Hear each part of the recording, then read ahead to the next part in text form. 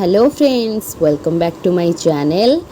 आज आम दशमर साहित्य परीक्षा होता तार ऑब्जेक्टिव मुझे आलोचना करी। आपण मैंने देखु सेट एटा मु आलोचना कर मैंने देखु आपणकर केते आंसर रोची ठीक आंसर कर मिलईदेवे।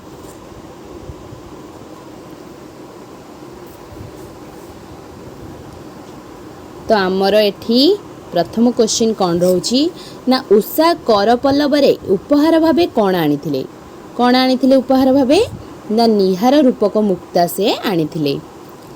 नेक्स्ट क्वेश्चन होची कवि काहाकू जोगेश्वरी बोली कहिसंती। कवि काहाकू जोगेश्वरी बोली कहिसंती ना उषा को जोगेश्वरी बोली कहिसंती। थर्ड क्वेश्चन होची उषा निर्देश रे किए वीणा बजाउथिले। किए वीणा बजाउथिले ना भ्रमर। किए वीणा बजाउथिले ना भ्रमर वीणा बजाउथिले। सीता को किए राजलक्ष्मी हृदहार बोली कहिछि। राजलक्ष्मी हृदहार बोली सीता को किए कहिसंती। किए कहिसंती ना एठी आंसर हबो हमर उषा कहिसंती।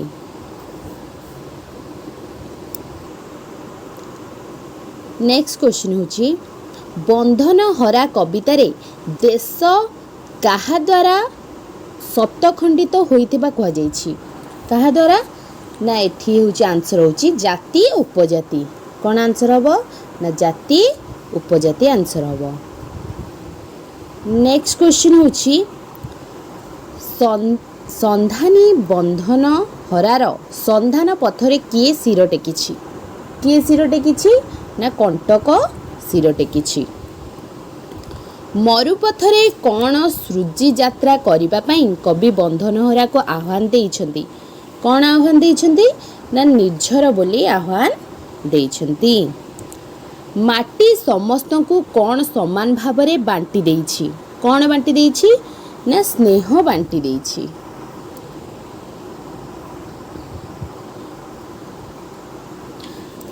आम मन सुख पाई हस कथा केउटारे भरी रहिछि।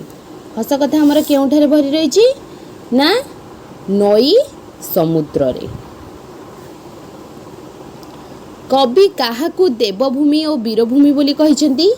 काहाकू कहिसंती ना भारत वर्ष को कहिसंती।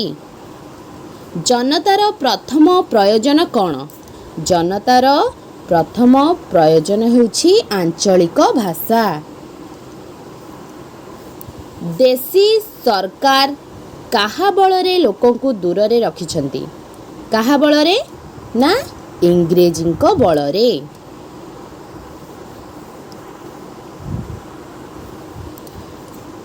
नेक्स्ट क्वेश्चन होची फकीर मोहन को परी जेउ माने ओडिया भाषा पाई चिंता करुथिले सेमानकु कोन कहा जाउथिला। कोन कहा जाउथिला सेमानकु रिंग लीडर बोली कहा जाउथिला। सेमाने कोन कहा रिंग लीडर बोली कहा जाउथिला। नेक्स्ट क्वेश्चन होची जगतर सबु महान कर्म काहा द्वारा संपन्न होईछि। काहा द्वारा संपन्न होईछि ना महापुरुषों द्वारा संपन्न होईछि। भारतीय दर्शन रे काहार सेवा को ईश्वर सेवा भावे ग्रहण करा जायथिला। काहार सेवा को ईश्वर सेवा कहा जाउथिला ना दरिद्र मानकर सेवा को ईश्वर सेवा बोली कहा जाउथिला। नेक्स्ट क्वेश्चन होची पाओहारी बाबांको सहित विवेकानंदकर केउठारे साक्षात होइथिला। केउठारे ना गाजीपुर ठारे कोन होइथिला साक्षात होइथिला। उत्कल दीपिका पत्रिकार संपादक किए थिले। किए थिले उत्कल दीपिका किए लिखिसंती संपादक किए ना गौरीशंकर राय। गौरीशंकर राय। आधुनिक ओडिया साहित्यर प्रथम गल्पर नाम कौन। प्रथम गल्पर नाम कौन ना रेवती। शास्त्री उपन्यासर लेखक किए। शास्त्री उपन्यासर लेखक किए ना कान्हूचरण महांती। केउटी मनोरंजन दास को द्वारा रचित नाटक केउटा ना अरण्य फसल। कौन अरण्य फसल।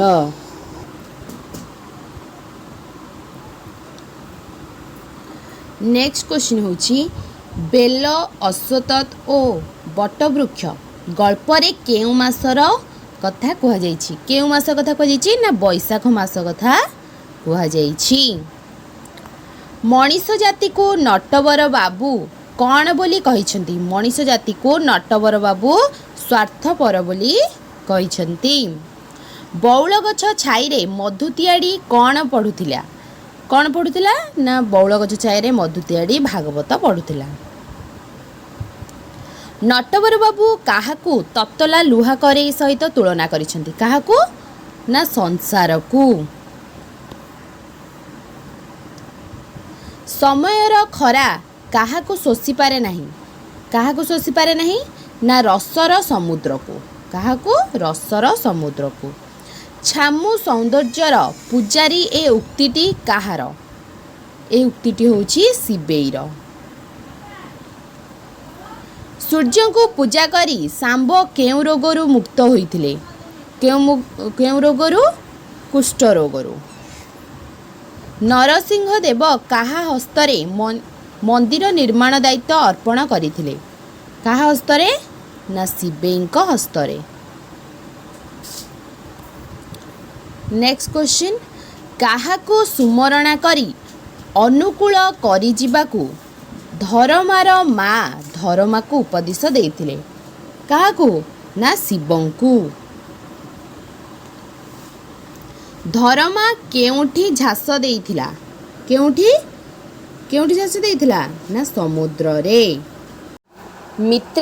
मित्राक्षर छंद केते भागरे ना 3 भागरे विभक्त चैतन्य दासंक विष्णु गर्भ पुराण केउ छंदरे रचित ना दांडी वृत्तरे रचित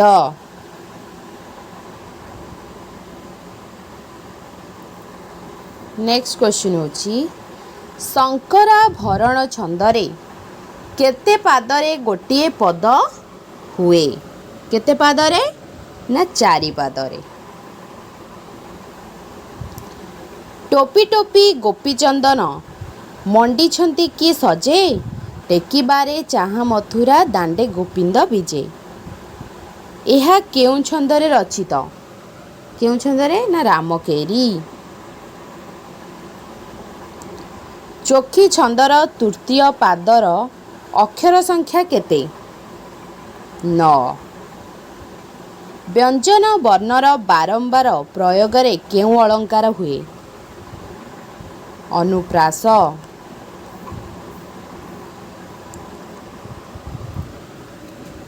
अहिम कर तापनासे शोभा सरस चक्रे अहिम कर तापनासे शोभा सरस चक्रे एथिरे केउ अलंकार प्रयुक्त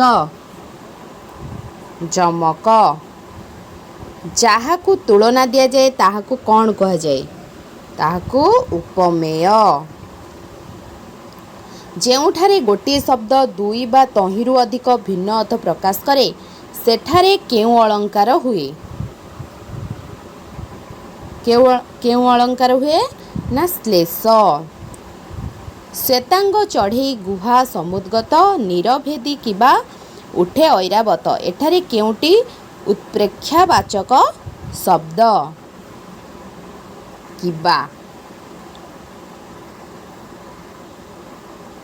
ଯେଉଁ ଶବ୍ଦ ପ୍ରକୃତି ପ୍ରତ୍ୟୟଗତ ଅର୍ଥ ପ୍ରକାଶ ନ କରି ଭିନ୍ନ ଅର୍ଥ ପ୍ରକାଶ କରେ ତାହା କେଉଁ ପ୍ରକାର ଶବ୍ଦ ସେଟା ହେଉଛି ରୂଢ଼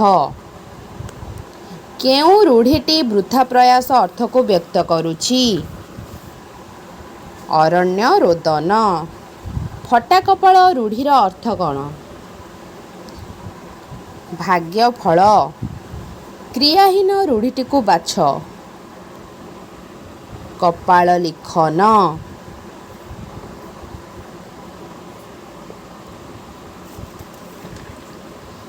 ଅନ୍ଧାର ଘରେ ବାଡ଼ି ବୁଲାଇବା ରୂଢ଼ିଟି କେଉଁ ଅର୍ଥରେ ପ୍ରଚଳିତ